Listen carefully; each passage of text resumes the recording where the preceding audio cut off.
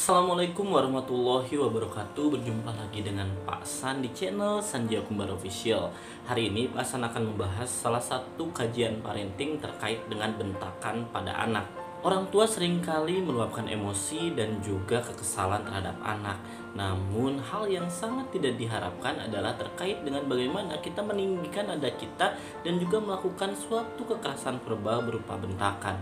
Apa saja 7 akibat dari bentakan kita terhadap anak kita? Disimak ya.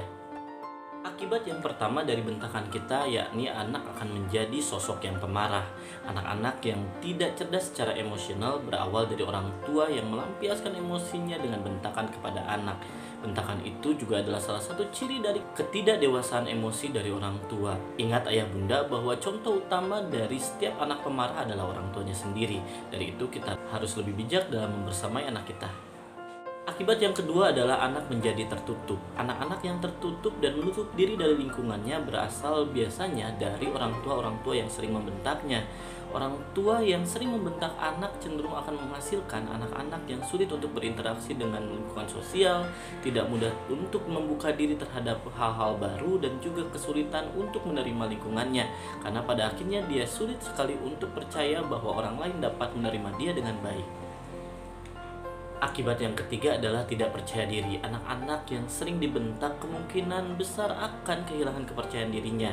Mereka selalu merasa ada yang salah dan juga kesulitan untuk dapat mengambil resiko. Mereka cenderung terbebani oleh perasaan-perasaan yang akan mempengaruhi terkait dengan kekhawatiran dan juga hal-hal negatif yang akan terjadi ke depan, termasuk komentar dan juga terkait dengan kekecewaan orang lain terhadapnya.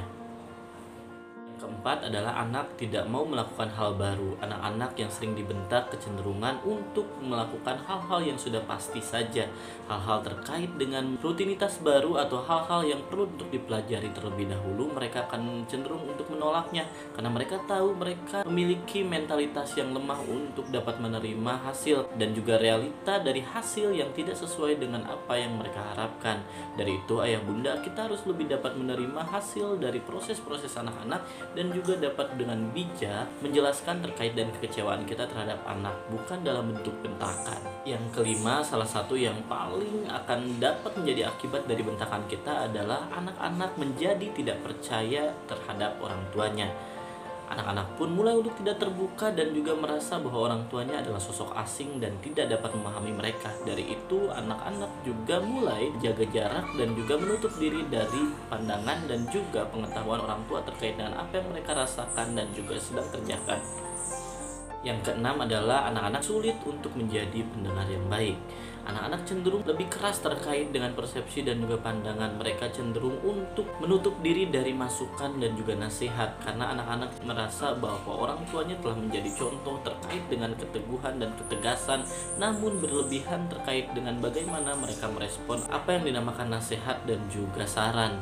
Karena orang tuanya juga cenderung langsung melampiaskannya dalam bentakan, tidak dalam komunikasi yang baik ketika anak-anak ingin menjelaskan terkait dengan kesalahan dan juga hal-hal yang telah mereka lakukan yang tidak sesuai dengan harapan orang tuanya.